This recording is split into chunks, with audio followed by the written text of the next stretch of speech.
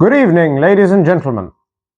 You are watching and listening to Historian Radio's Echoes of the News, and I am Muhammad Hussain Qazi, and these are today's headlines from the past. On this day, the 24th of October, we begin with the celebration of United Nations Day. It commemorates the foundation of the United Nations in 1945 when the UN Charter came into force. It is one of the most well-known and well-recognized global organizations, responsible for ensuring peace and stability in this world. And alongside United Nations Day, today also marks the National Day of Zambia. In 1964, on this very day, the 24th of October 1964, Northern Rhodesia would become the independent nation of Zambia.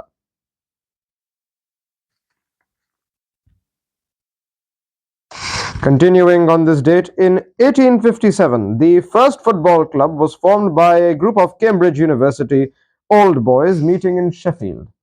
Football is now one of the world's most iconic sports and most commonly played sports. Thus, the formation of the first football club on this very day in 1857 would most definitely be a significant day in the history of sporting events. Continuing on this date, in 1924, a letter purporting to be from Grigory Zinoniev of the USSR, or the Union of Soviet Socialist Republics, also known as the Soviet Union, calling for socialists in all countries to start a revolution, was deliberately leaked to the British press on the eve of an election to help give the Tories a success over the Labour Party.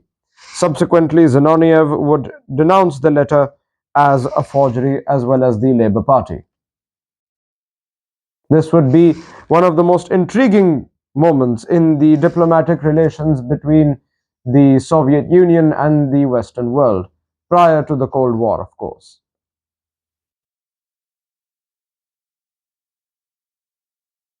Furthermore, on this very day in 1931, Chicago gangster boss Al Capone was given an 11-year jail sentence and was fined $80,000 for tax evasion. He served 8 years of that 11-year sentence. Al Capone was also best remembered in the history of the Roaring Twenties as one of the king bootleggers, if you will, of the underground alcohol smuggling during the Prohibition era.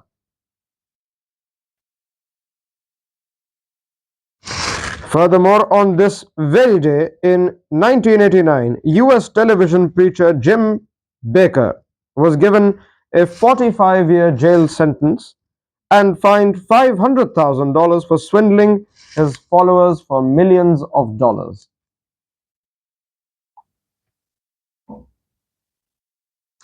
And on that intriguing note, we conclude the prior segment of the show and we move on to the next segment of our show where we recount the famous births and deaths of famous figures from the 19th and 20th centuries and sometimes earlier.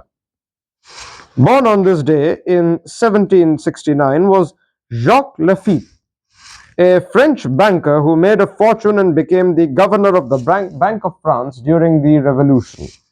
It would be in his house that its headquarters would first be formed. And he would also serve as the president of the Chamber of Deputies in 1843. And on this date in 1945, Vidkun Quisling would be executed. Vidkun Quisling was the Norwegian supporter of Adolf Hitler's regime and was responsible for conducting war crimes on behalf of the Nazi Party. So his death would be imminent as soon as independence would come. Thus, on this very day in 1945, Vidkun Quisling was executed for collaborating with the Third Reich.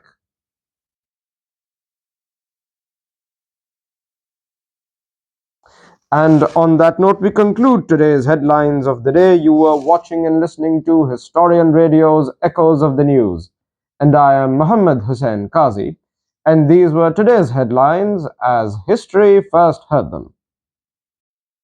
Good night.